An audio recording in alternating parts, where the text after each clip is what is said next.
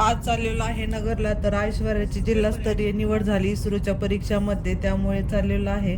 तर छान असं वातावरण झालेलं आहे. तर ऐश्वर्या तिथं गेल्या अर्धा तास अगोदरच पेपरला गेली आणि 2.5 तास आम्हाला बसायचं होतं इथं तिचा पेपर होईपर्यंत. तर हा छोटा मुलगा त्याच्या दिदीसारखीच ईश्वरी दिसत होती.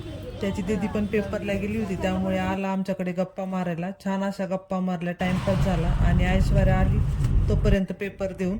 आणि त्याच्यानंतर चांद बेबीचा महल इथं जवळच होता, तर हे म्हणले तिथं जाऊ आपण, कारण ऐश्वर्या 8 दिवसापासून खूप अभ्यास करत होती आणि बोर झाली. ते म्हणले थोडंसं फ्रेश होईन ऐश्वर्या. तर छान असं वातावरण झालेलं आहे, हिरवागार डोंगर बघू शकता. तर आम्ही पोहोचलेलो आहे इथं.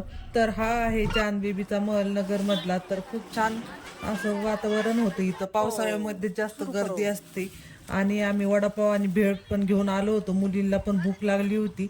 2-2.5 तास ऐश्वर्या पेपरला गेली होती त्यामुळे. तर मस्त असं खाऊन घेतलं अगोदर.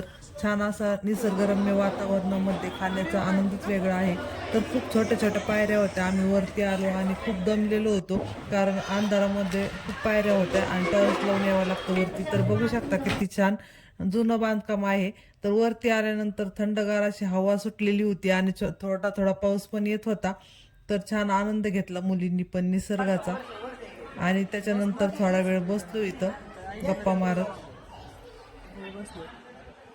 रिमझिम रिमझिम पाऊस सुरू झालेला आहे. आम्ही निघालो आता घरी आणि निघताना रिमझिम थोडा पाऊस येत होता. तर गरमागरम मकाचं कणीस भेटतं इथं छान चुलीवरती भाजलेलं. तर आम्ही कणीस घेतला, मस्त लिंबू मीठ लावलेलं, एकदम छान लागत होतं.